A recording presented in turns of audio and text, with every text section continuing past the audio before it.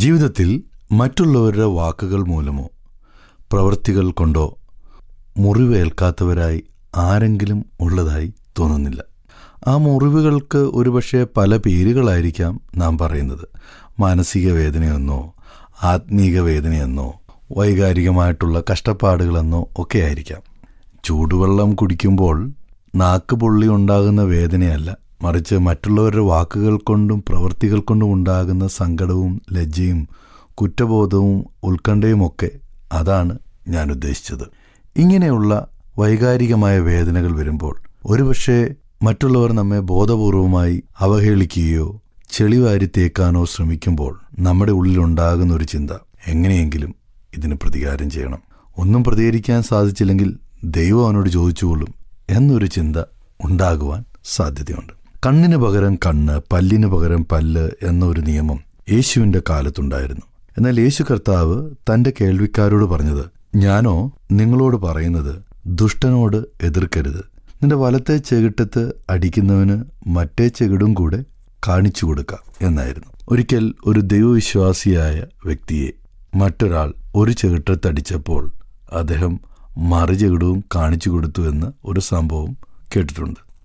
ഇന്നത്തെ വാർത്താമാധ്യമങ്ങളിൽ വരുന്ന വാർത്തകളിൽ പലതും വളരെ നിസ്സാരമായ കാര്യത്തിന് അന്യോന്യം മുറിവേൽപ്പിക്കുകയും എന്തിന് കൊല്ലാൻ വരെ മടിക്കാത്ത സമൂഹമാണ് നമ്മുടെ ചുറ്റും ഉള്ളത് എന്ന് വളരെ ദുഃഖത്തോടെയാണ് നാം ഓർക്കുന്നത്. നിന്നെ ഉപദ്രവിക്കുന്ന വ്യക്തിയെ നീ ഉപദ്രവിക്കരുത്. ഇതാണ് ദൈവരാജ്യത്തിൻ്റെ നിയമം.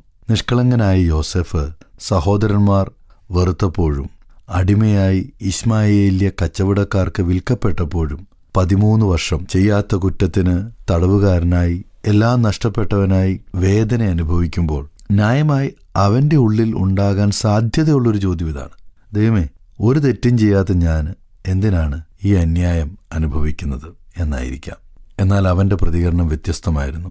തൻ്റെ സഹോദരന്മാരോട് ഇങ്ങനെയാണ് താൻ പറഞ്ഞത്, നിങ്ങൾ എൻ്റെ നേരെ ദോഷം വിചാരിച്ചു, ദൈവമോ ഇന്നുള്ളതുപോലെ ബഹുജനത്തിന് രക്ഷ വരുത്തേണ്ടതിന് അതിനെ ഗുണമാക്കി തീർത്തു.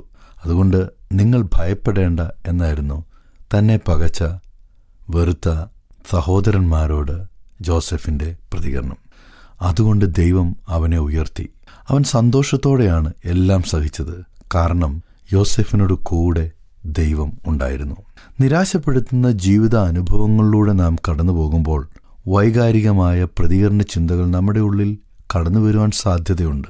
ഒരുപക്ഷെ നമ്മുടെ ഹൃദയത്തിൽ ഇതിനോട് എങ്ങനെ പ്രതികാരം ചെയ്യാമെന്നുള്ളൊരു ഹൃദയവിചാരത്തിലൂടെയായിരിക്കാം സ്വാഭാവികമായി നാം കടന്നു പോകുന്നത്.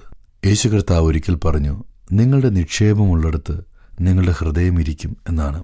ഈ ലോകത്തിൽ നമ്മുടെ പ്രതികരണം ജഡീകമായി ഇതാണെങ്കിൽ നമ്മുടെ നിക്ഷേപം ഈ ലോകത്തിൽ മാത്രമുള്ളതായിത്തീരുന്നു. എന്നാൽ യേശുവിൻ്റെ വാക്കുകൾ ഇങ്ങനെയാണ്, നിങ്ങളുടെ നിക്ഷേപം ഈ ലോകത്തിൽ വയ്ക്കരുത്. കാരണം ഈ ലോകവും അതിൻ്റെ മോഹവും പെട്ടെന്ന് ഒഴിഞ്ഞു പോകുന്നതാണ്.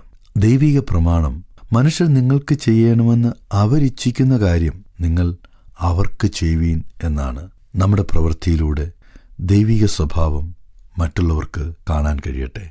നമ്മെ കാണുന്നവർ നമ്മിലുള്ള ക്രിസ്തുവിനെ കാണട്ടെ. ഞങ്ങളെ വിളിക്കുവാൻ ആഗ്രഹിക്കുന്നുവെങ്കിൽ 09880221957 എന്ന നമ്പർ ഉപയോഗിക്കുക.